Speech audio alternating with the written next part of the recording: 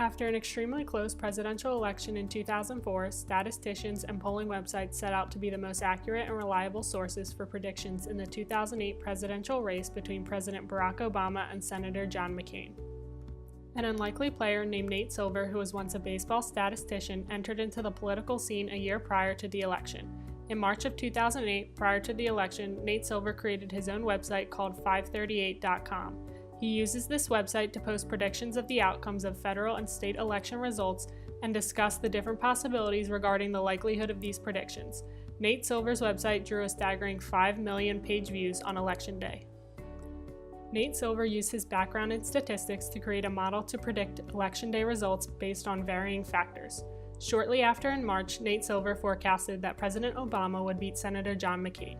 Silver's model predicted that Obama would win all states won by John Kerry in the 2004 election, in addition to Iowa, New Mexico, Colorado, Ohio, Virginia, Nevada, Florida, and North Carolina.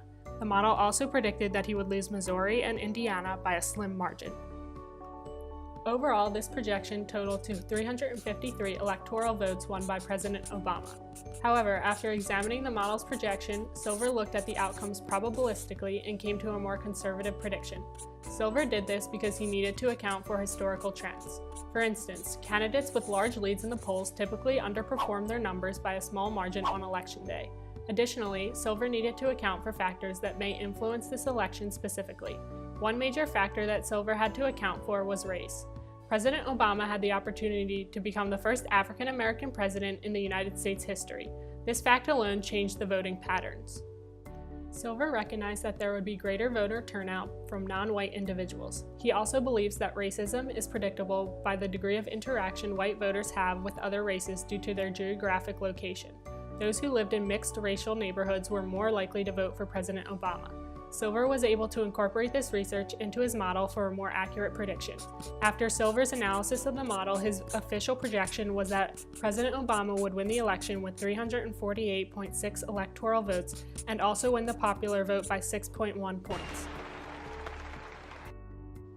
To close out Silver's blog post containing his predictions, Silver warned that any forecasting system is only as good as its inputs. If the polls taken are wrong, the projection is subject to error. Despite Silver's warnings, his prediction still came close to perfect, as he predicted both the popular vote within 1 percentage point and 49 out of 50 state results correctly for the 2008 election. The only state that Silver predicted incorrectly was Indiana.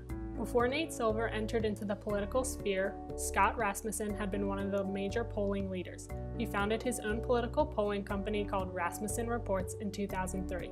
Despite his past success, Rasmussen struggled to predict the correct outcomes for much of the time leading up to the election day in 2008.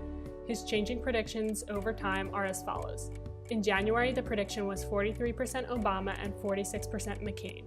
In April, the prediction was 46% Obama and 46% McCain. At the beginning of July, their prediction was 49% Obama and 44% McCain. Rasmussen made the prediction 52% Obama and 46% McCain on November 1st. Rasmussen's final projection predicted 46 out of 50 state results correctly, making him less accurate than Silver. Rasmussen made incorrect predictions for Florida, North Carolina, Ohio, and Indiana. Rasmussen struggled for a number of reasons. First, Rasmussen is known to be a Republican, so is often criticized for his bias towards the Republican candidates. Second, Rasmussen's polling methodology hindered his accuracy. Silver criticized Rasmussen for polling only landlines within a 4-hour window. Around the time of this election, many millennials had decided to eliminate their landline and use their cell phone exclusively.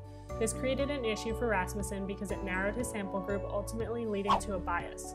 Finally, Rasmussen underestimated the effect that race would have on the election results, which caused him to have greater than usual difficulties predicting voter turnout and identifying voter opinions. Silver and Rasmussen's differing predictions clearly show the discrepancies in the different models used and how many factors can affect the predictions. Silver appears to be the most accurate election result predictor that we have to this day, as he later improved his model and went 50 for 50 in the following presidential election in 2012.